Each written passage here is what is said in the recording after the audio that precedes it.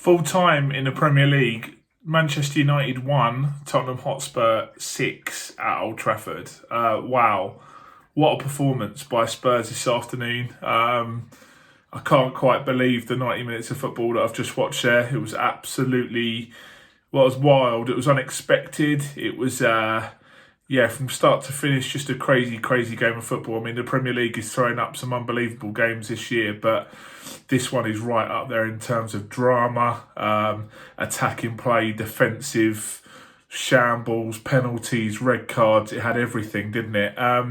Going into the game, given the week that Spurs have had, I wasn't too confident about getting results, as we're usually not that great away at Old Trafford, to be honest. I know that in the last couple of seasons we've had some really poor performances there. One of Mourinho's first games last season as Spurs manager was away at Old Trafford and we lost it. A couple of seasons before we were really poor. I think we got turned over by quite a few goals a couple of years ago under Poch. And it's just been a crazy couple of weeks. I think Spurs have had 4 games in 7 days, I think it is, with the Europa League and the Carabao Cup this week. So obviously Mourinho rotated the team again with Aurier in at right back, which is a real surprise and a real worry. Aurier at the best of times can be a bit of a liability defensively, giving penalties away, but he was fantastic today. Thought Sonny returning from his hamstring injury was incredible. When he's on it, he's one of the best players in world football, to be honest, with his pace and his finishing and his determination. I just thought the whole team were exceptional today. Special shout out has to go to Ndombele and Højbjerg in that midfield. I thought that, Højbjerg from start to finish today was unbelievable. He's grown into that defensive midfield role brilliantly. I think he's one of our most important players in the team now. After such a short amount of time, he was exactly what we needed in there. You compare him to Harry Winks, who was playing there last season. It's just chalk and cheese. A lot of Spurs fans love Harry Winks, but he wasn't the long-term solution at defensive midfield. And, when you see Højbjerg and the performance and the determination and the grit and the tackles that he was putting in today, he is crucial for us now. Moving on to Ndombele, he was absolutely fantastic again. He looks like he's been playing for 72 hours solid, given his fitness and the actual running style and the way he plays. But he was brilliant. His control on the ball.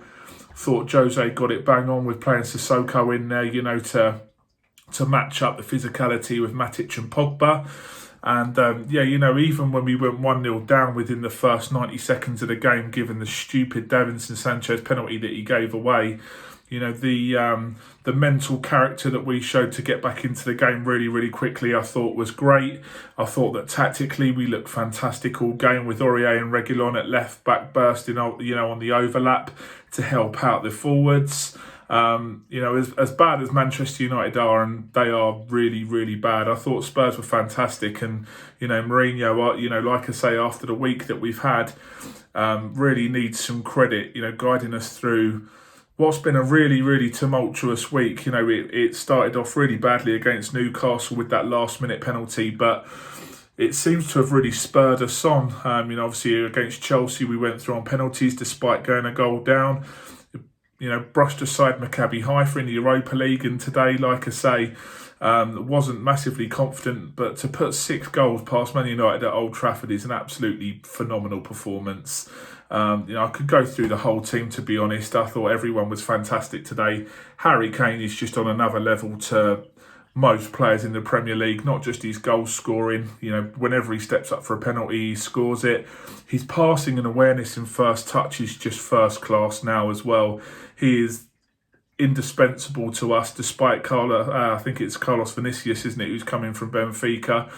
So, that's a fantastic signing, because it means now that in the latter stages of games, if we need to take Kane off, then we can.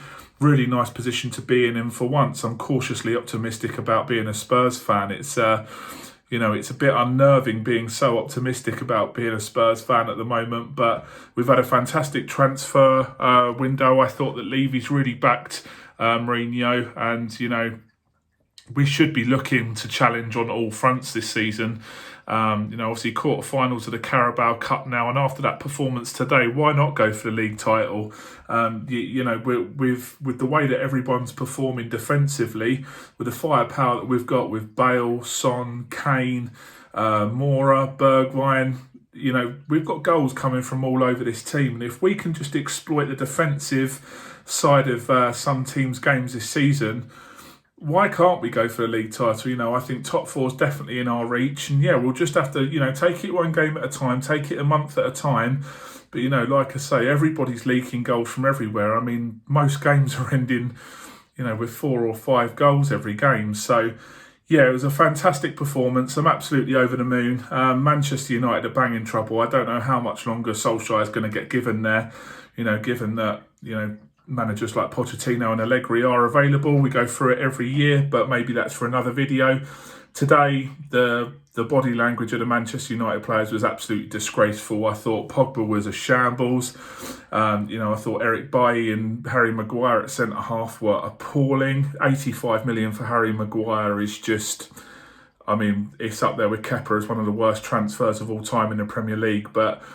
yeah, I'm not sure that Alex Telles, the left-back from Porto, and a free transfer in Edinson Cavani is going to fix all their issues, to be honest. Even if they'd have signed Sancho, I don't think it would have sorted out the problems that they've got at that club. There's some deep-rooted issues that they really need to solve defensively.